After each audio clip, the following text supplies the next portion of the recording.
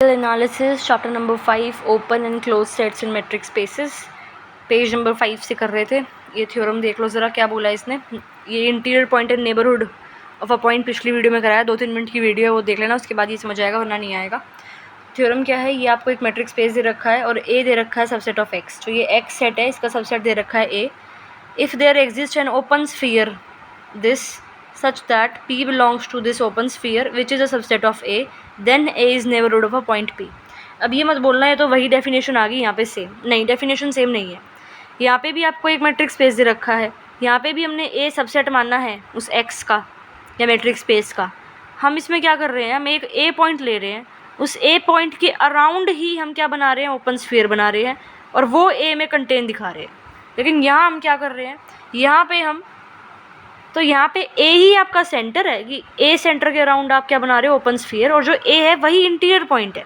लेकिन यहाँ पे क्या है, एक्स पॉइंट के अराउंड आप स्फीयर बना रहे हो, ओपन स्फीयर, यानी कि सेंटर क्या है एक्स, और पी जो है वो नेबरहुड है इस ए का। ठीक है, तो यहाँ पर इंटीरियर पॉइंट और centre of the open sphere same नहीं है। प्रूफ दिखाएंगे, दिखाना क्या है कि जो ए है वो नेबरहुड है फॉर पॉइंट पी। देखो यहाँ पे क्या है कि भाई ए नेबरहुड है पॉइंट कैपिटल ए जो है वो नेबरहुड है स्मॉल ए का, स्मॉल ए पॉइंट का, राइट। तो इसका मतलब अगर ये चीज़ दिखा दे तो नेबरहुड वाली बात हो गई। ए पॉइंट के अराउंड एक ओपन स्फीयर डिफाइन कर दे, बना दे, और उसको ए का सबसेट दिखा दे, तो आपका जो ए पॉइंट है वो इंटीरियर पॉइंट हो गया और जो कैपिटल ए है वो क्या हो गया, नेबरहुड हो गया। तो हमें यहाँ क्या दिखाना है, यहाँ हमें दिखाना है कि ए जो है वो नेबरहुड है ऑफ पॉइंट पी, यानी कि पी पॉइंट के अराउंड अगर मैं कोई ओपन स्फीयर डिफाइन कर दूँ, शो कर दूँ कि वो पी पॉइंट के अराउंड जो ओपन स्फीयर बनाया है वो ए के अंदर आता है, यानी कि ए का सबसेट है, तो ये चीज़ प्रूफ हो जाएगी कि A is neighbourhood of point P. अब देखो कैसे करेंगे इसको। हमने मान लिया एक ओपन स्फीयर जो हमने एक्स के अराउंड बनाया है, सच दैट जो ये चीज़ मानी है हमने, ये जो पी है वो इस ओपन स्फीयर में बिलोंग करता है और ये जो है ए का सबसेट है। अब हमें प्रूफ क्या करना है कि एक ओपन स्फीयर अराउंड पी, एक ओपन स्फीयर, ये प्रूफ करना है ना, ये A is neighbourhood of a point P, तो उसके लिए ये प्रूफ करना पड़ेगा कि अगर हम एक ओपन स्फीयर बनाए अराउंड पी, वो जो है ए में कंटेंड है, ये हमें प्रूफ करना है। अब देखो ये हम लेके चल रहे हैं, यहाँ से हमने क्या लेके चल रहे हैं हम कि जो ये ओपन स्फीयर है उसके अंदर एक पॉइंट पी है। अब ओपन स्फीयर की डेफिनेशन पहली वीडियो में बताई थी। ओपन स्फीयर का ये ओपन स्फीयर है, उसके अंदर एक पॉइंट पी है, यानी कि अगर आप इस एक्स पॉइंट यानी कि सेंटर और इस पी पॉइंट के बीच में डिस्टेंस निकाल रहे हो तो लेस देन रेडियस आएगा जो कि आर है।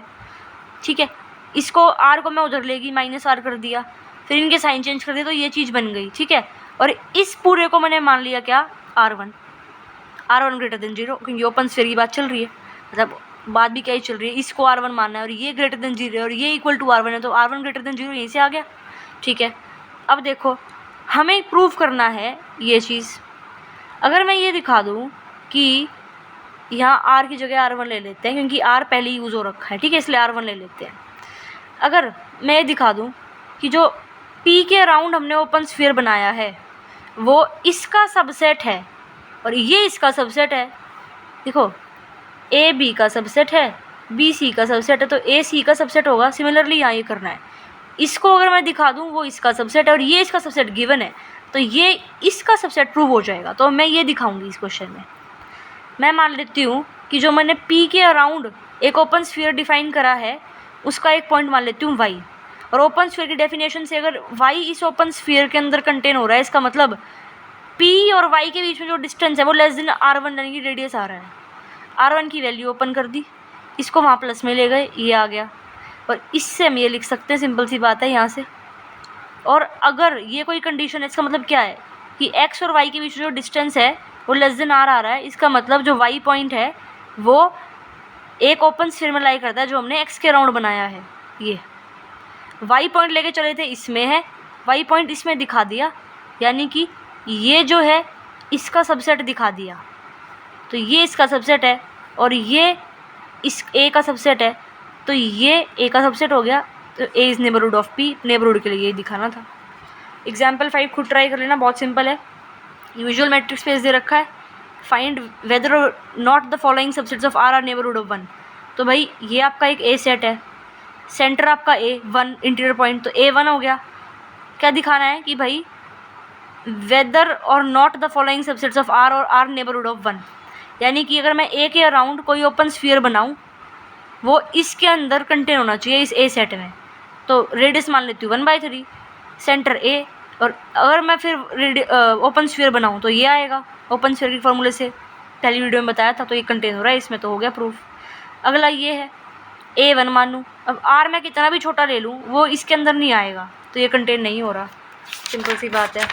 थर्ड पार्ट देखो, थर्ड पार्ट में ये जो रखा है A1 ले लिया, अब 1 के अराउंड एक ओपन स्फीयर ड्रॉ करूँ जो कि इसके अंदर कंटेन हो जाए, ले लिया, और रेडियस 1/3 कंटेन हो गया, सिंपल। फिर अगले में R दे रखा है, सिंपल आपको ये फोर्थ में R दे रखा है, बस ये रहा।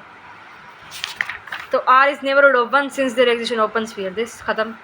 ओपन स्फीयर की डेफिनेशन आती होगी, पिछली वीडियोस देखी होंगी, जो समझ में आ गया वो एग्जांपल बिल्कुल सिंपल तरीके से। 6th एग्जांपल देख लो, ये एक डिस्क्रीट स्पेस है, डिस्क्रीट स्पेस की डेफिनेशन ये होती है, सबको पता है।